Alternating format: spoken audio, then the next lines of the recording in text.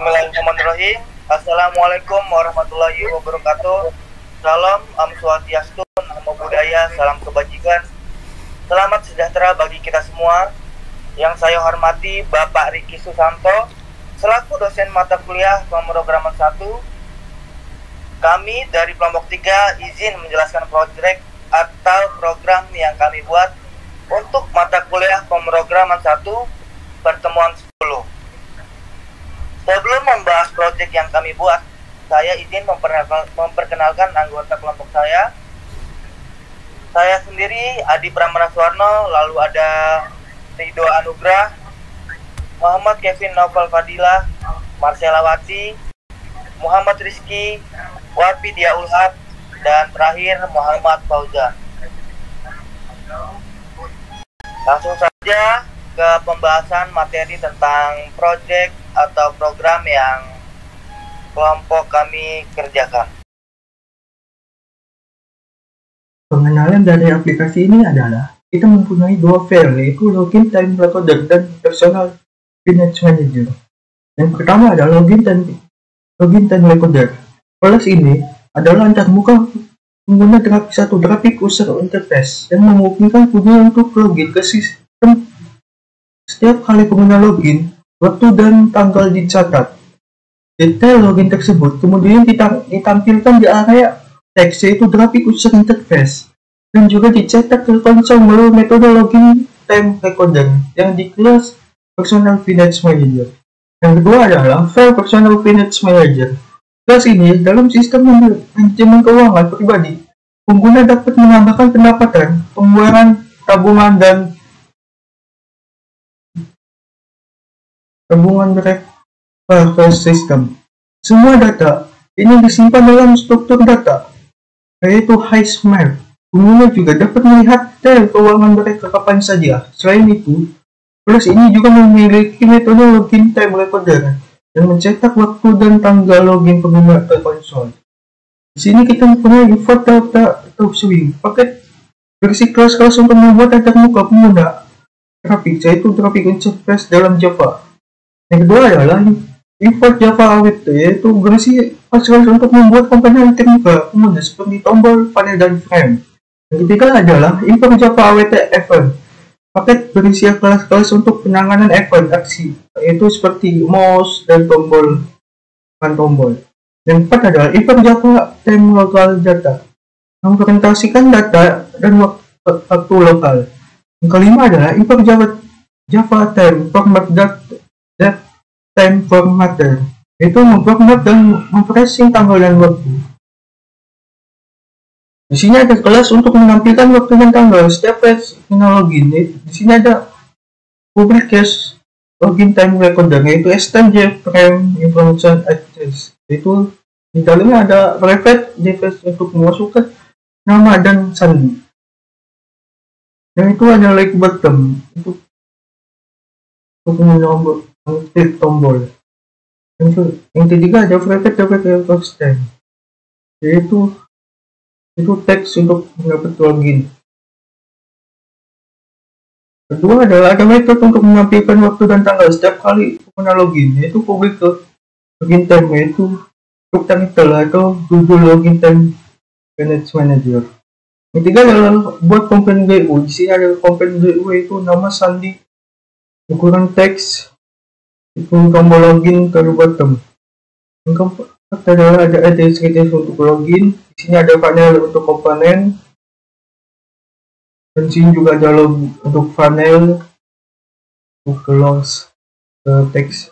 Tambahkan panel untuk membingkai, ini property untuk bingkai, inisialisasi untuk objek Personal Finance Manager.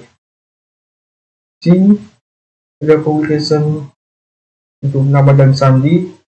Di sini itu menampilkan waktu. Di sini tambahkan catatan login ke area teks dalam teks. Di sini ada tampilan login menggunakan finance. Di sini ada nama, timestamp atau waktu, terus sandi. Di sini itu print nama. Dan di sini juga ada public task manager, yaitu untuk metode waktu mencetak waktu login dan punya sandi. Jadi untuk menjalankan program dari login dan metode. Oke. Jadi di sini ada langkah pertamanya yaitu impor paket. Kita mengimpor paket yang diperlukan untuk menggunakan beberapa kelas yang sudah tersedia di Java seperti HashMap, Map, Scanner, dan Date. Definisi kelas. Personal Finance Manager. Selanjutnya kita mendefinisikan kelas Personal Finance Manager yang akan bertanggung jawab untuk mengelola data keuangan pengguna. Di dalam kelas ini kita menetapkan beberapa metode untuk menambahkan pendapatan, pengeluaran, tabungan, serta menampilkan data keuangan. 3. Inisialisasi data keuangan. Dalam konstruktor kelas Personal Finance Manager kita menginisialisasi objek finance data menggunakan HashMap. Objek ini akan menyimpan data keuangan seperti pendapatan, pengeluaran, dan tabungan pengguna. Tambahkan pendapatan. Kita menambahkan metode add income double amount yang menambahkan jumlah pendapatan ke dalam data keuangan. 5. Tambahkan pengeluaran. Langkah selanjutnya adalah menambahkan metode add expense double amount yang memungkinkan pengguna untuk mencatat pengeluaran ke dalam data keuangan. Selanjutnya akan dibacakan oleh Rido.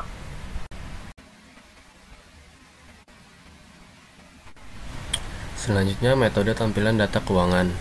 Metode ini bertanggung jawab untuk menampilkan data keuangan seperti pendapatan, pengeluaran, dan tabungan kepada pengguna. Selanjutnya, metode main. Di dalam metode main, kita membuat objek Personal Finance Manager dan memulai eksekusi program. Kemudian kita menampilkan menu kepada pengguna dan mengambil input dari mereka untuk melakukan berbagai operasi seperti menambah pendapatan, pengeluaran, tabungan, dan menampilkan data program.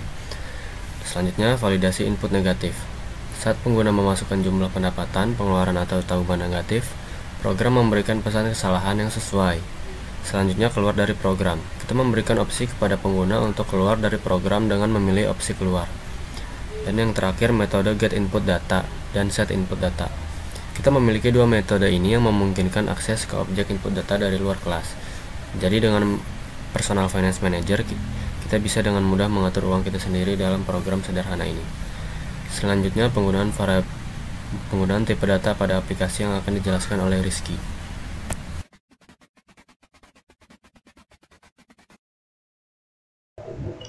Saya Muhammad Rizky ingin menjelaskan tipe data apa saja yang kami gunakan pada saat perancangan aplikasi ini dibuat. Yang pertama di sini ada tipe data date atau tanggal. Tipe data ini menjelaskan keterangan waktu hari pada saat user melakukan login ke aplikasi ini. Contohnya seperti ini.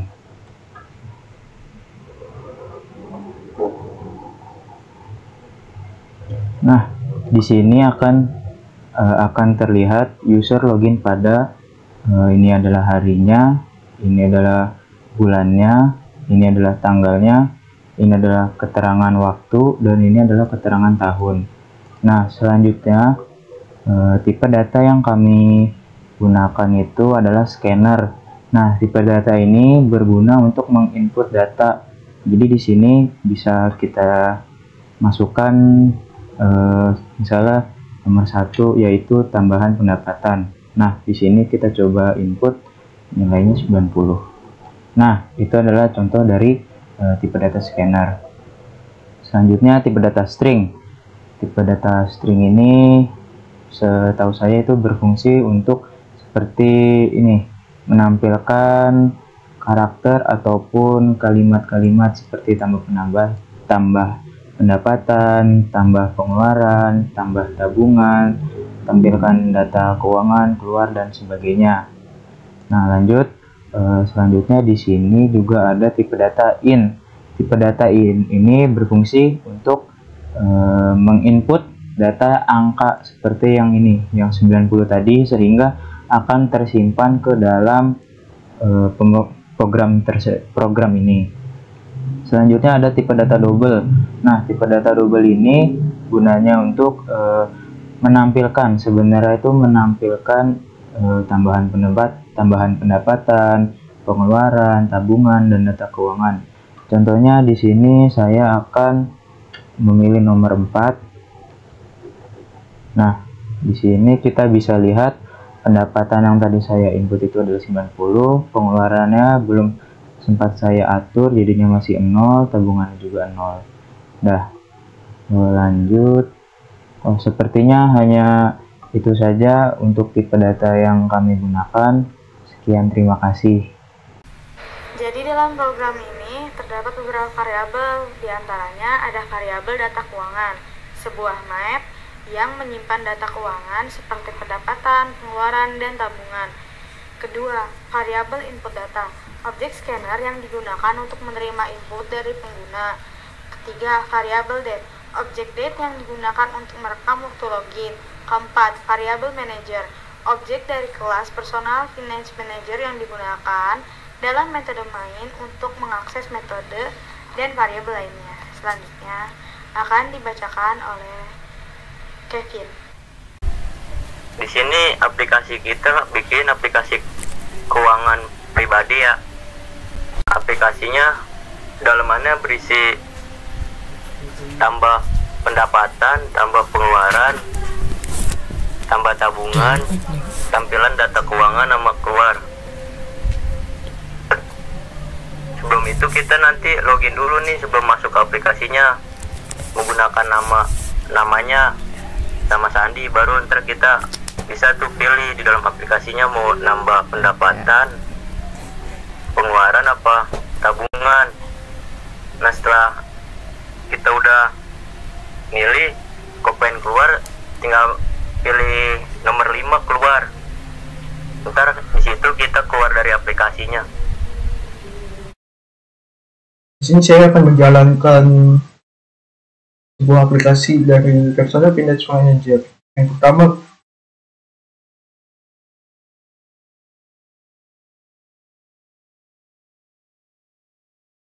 ini kita masukkan nama kelompok 3 di 123. Nah, klik login. Nah, di sini udah keluar data aplikasinya. Yang pertama ada tambah pendapat, kedua ada tambah pengeluaran, ketiga ada tambah tabungan, kelima, keempat tampilan data keuangan, kelima ada keluar. Kita mencoba yang pendapat.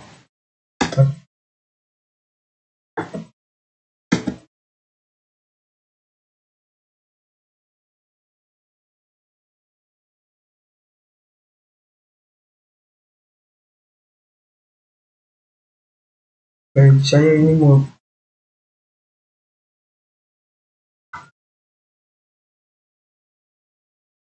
di sini saya akan menjalankan sebuah program dari Personal Finance Manager.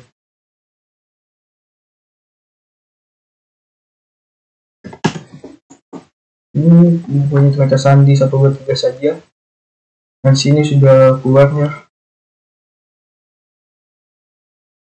Saya akan tambah pendapat, akan menambah satu. Dan saya mau input angka 99. Saya akan menampilkan sebuah data keuangan. Di sini sudah ada data pendapat yaitu 99 yang tadi saya input. Yang kedua adalah tambah pengeluaran. Saya mau input data pengeluaran 20. Dan saya akan menampilkan data keuangan tersebut.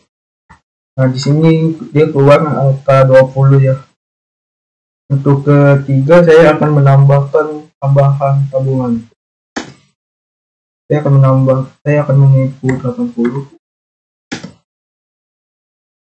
Dan saya akan menampilkan tambahan tabungan tersebut. Di sini sudah muncul angka 80. Yang terakhir kita exit. Keluar. Nah, program sudah selesai. Terima kasih. Oke, di sini saya akan menjelaskan manfaat dari aplikasi yang telah kelompok kami buat. Karena di project yang kami buat ini ada 2 aplikasi, jadi saya jelaskan satu-satu dulu. Yang pertama ada manfaat aplikasi Personal Finance Manager. Yang pertama ada pemantauan keuangan. yang meliputi melacak pengeluaran harian dan transaksi keuangan secara terperinci. Yang kedua, ada perencanaan anggaran yang meliputi membantu dalam membuat dan mengelola anggaran pribadi atau keluarga. Yang ketiga, ada pelacakan utang dan investasi yang meliputi memantau dan mengelola utang serta pembayaran bulanan. Yang keempat, ada pencapaian tujuan keuangan yang meliputi membantu dalam menetapkan dan melacak kemajuan menuju tujuan keuangan, seperti menabung untuk pendidikan, liburan, atau pensiun. Yang kelima, ada analisis keuangan yang meliputi menyediakan laporan dan analisis keuangan yang mendalam untuk membantu pengguna memahami kebiasaan pengeluaran mereka. Nah, selanjutnya ada manfaat login tracker. Yang pertama, ada keamanan akun yang meliputi melacak aktivitas login pada berbagai platform dan situs web. Yang kedua, ada proteksi identitas yang meliputi mencegah akses ilegal ke akun-akun penting dengan memantau aktivitas login dan mengidentifikasi upaya masuk yang tidak sah. Yang ketiga, ada pemantauan keamanan yang meliputi memberikan visibilitas terhadap penggunaan akun secara keseluruhan, membantu dalam mendeteksi potensi serangan atau pelanggaran keamanan. Nah, kombinasi aplikasi personal finance manager dan login tracker memberikan solusi yang holistik untuk mengelola keuangan pribadi serta identitas pengguna. Dengan memanfaatkan keduanya, pengguna dapat mengoptimalkan pengelolaan keuangan mereka sambil mempertahankan keamanan akun online mereka. Selanjutnya akan dijelaskan oleh Adi.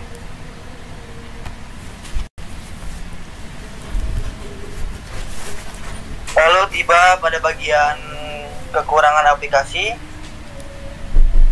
Bagian-bagian kekurangan aplikasi yaitu ada 5 macam. Yang pertama adalah masalah scanner. Program ini membuat scannernya sendiri. Ini bisa jadi masalah kalau kita mau menguji program ini. Lebih baik jika scanner dibuat di luar program dan diberikan ke program ini. Lalu yang kedua ada masalah ekskripsi. Jika ada masalah saat program berhenti sebentar atau trip slip 2000, program ini hanya mencetak pesan kesalahan dan melanjutkan. Dan mungkin lebih baik lagi jika program ini berhenti atau melakukan sesuatu yang lain saat ada masalah. Lalu yang ketiga ada masalah input. Program ini bisa berhenti dengan pesan kesalahan jika pengguna memasukkan sesuatu selain angka saat diminta angka. Program ini harus memeriksa input pengguna dan meminta lagi jika inputnya salah. Lalu yang keempat ada masalah sumber daya. Masalah sumber daya program ini tidak menutup scanner setelah selesai. Ini bisa jadi masalah karena bisa membuang sumber daya komputer dan program ini harus menutup scanner setelah selesai. Lalu bagian yang terakhir ada masalah nilai negatif. Saat ini jika pengguna memasukkan nilai negatif, program ini hanya mencetak pesan dan melanjutkan. Mungkin lebih baik jika program ini meminta pengguna memasukkan nilai lagi sampai mereka memberikan nilai yang benar. Lalu ada kesimpulan dari aplikasi yang kami buat, yaitu semua data keuangan disimpan dalam struktur data HASMAP, di mana kunci adalah jenis data keuangan, ada pendapatan, pengeluaran, tabungan, dan nilai adalah jumlah total untuk jenis data keuangan tersebut. Aplikasi ini menggunakan scanner untuk membaca input dari pengguna. Dan aplikasi ini menyimpan data keuangan pengguna setelah aplikasi ditutup. Karena semua data disimpan dalam memori dan tidak disimpan ke database atau file. Jadi, setiap kali aplikasi ini dijalankan, semua data akan diatur ulang. Mungkin itu saja penjelasan dari aplikasi yang kami kerjakan. Kurang lebihnya mohon maaf. Wassalamualaikum warahmatullahi wabarakatuh.